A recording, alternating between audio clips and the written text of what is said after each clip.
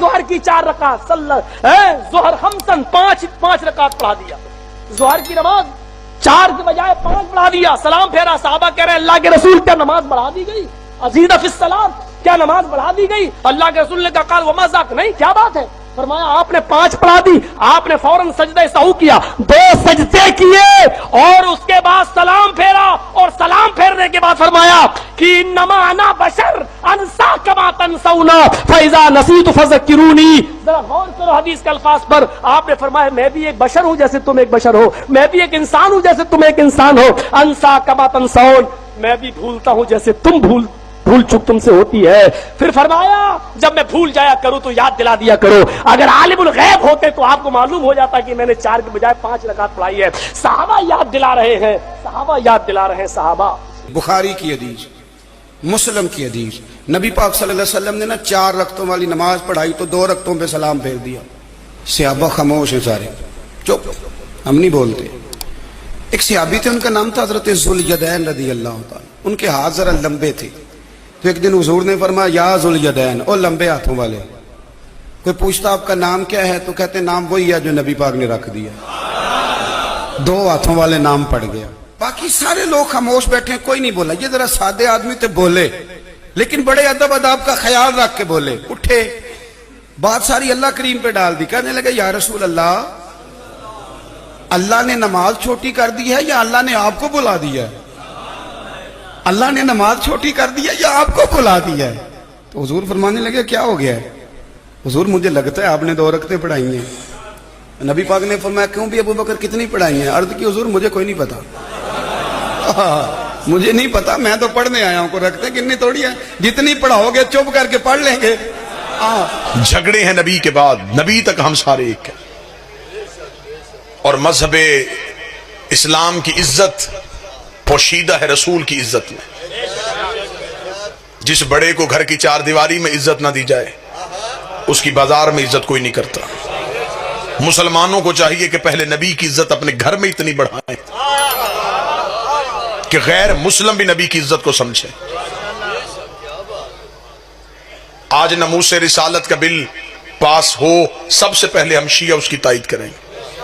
عزت رسول پہ کوئی شیعہ سمجھوتا نہیں کر سکتا، ناموس رسالت پہ ہماری جان بھی قربان، لیکن ہمیں پہلے یہ طے کرنا پڑے گا کہ گستاخ رسول ہے کون کون، گستاخ رسول کا معیار کیا ہے۔ شیعہ مذہب سے پوچھو تو میں منبر سے پڑھتا ہوں، جو نبی کو 40 سال کے بعد نبی سمجھے وہ بھی نبی کی توہین کرتا ہے، جو رسول کو دائی کا دودھ پلائے وہ بھی رسول کی توہین کرتا ہے، جو نبی کو جبریل کا شاگرد سمجھے وہ بھی نبی کی توہین کرتا ہے۔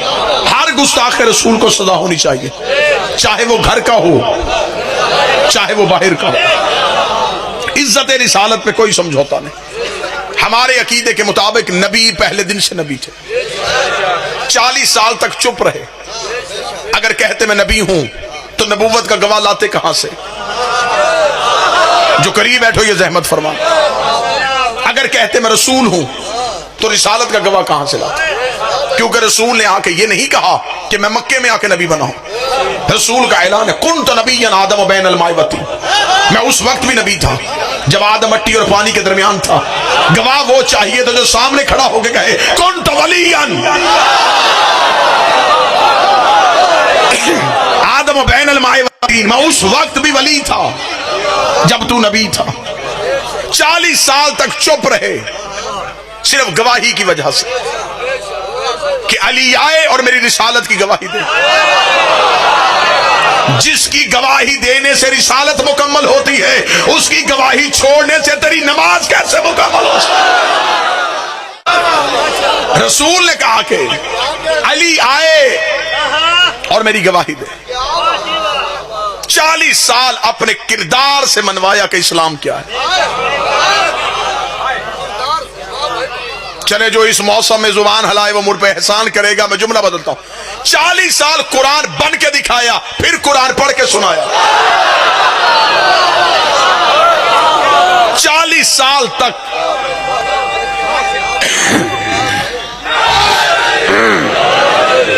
اپنے کردار سے اسلام کو منوایا۔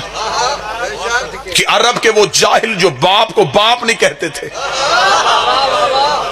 ہمارے نبی کو صادق بھی کہتے تھے، امین بھی کہتے تھے۔ رسول نے کہا اے قریش والو، اگر میں کہوں اس پہاڑ کے پیچھے لشکر ہے تو مانو گے؟ انہوں نے کہا کیسے نہ ماننے، کہہ جو تو رہا ہے۔ رسول نے کہا اگر جاؤ تو لشکر نہ ملے پھر تمہارا عقیدہ میرے بارے میں کیا ہے؟ انہوں نے کہا عبداللہ کا بیٹا ہم تیرا کلمہ نہیں پڑھتے، لیکن اگر پہاڑ کے پیچھے لشکر نہ ہوا تو ہمارا عقیدہ یہ ہوگا ہماری آنکھیں اندھی ہو گئی، تو سچا ہے۔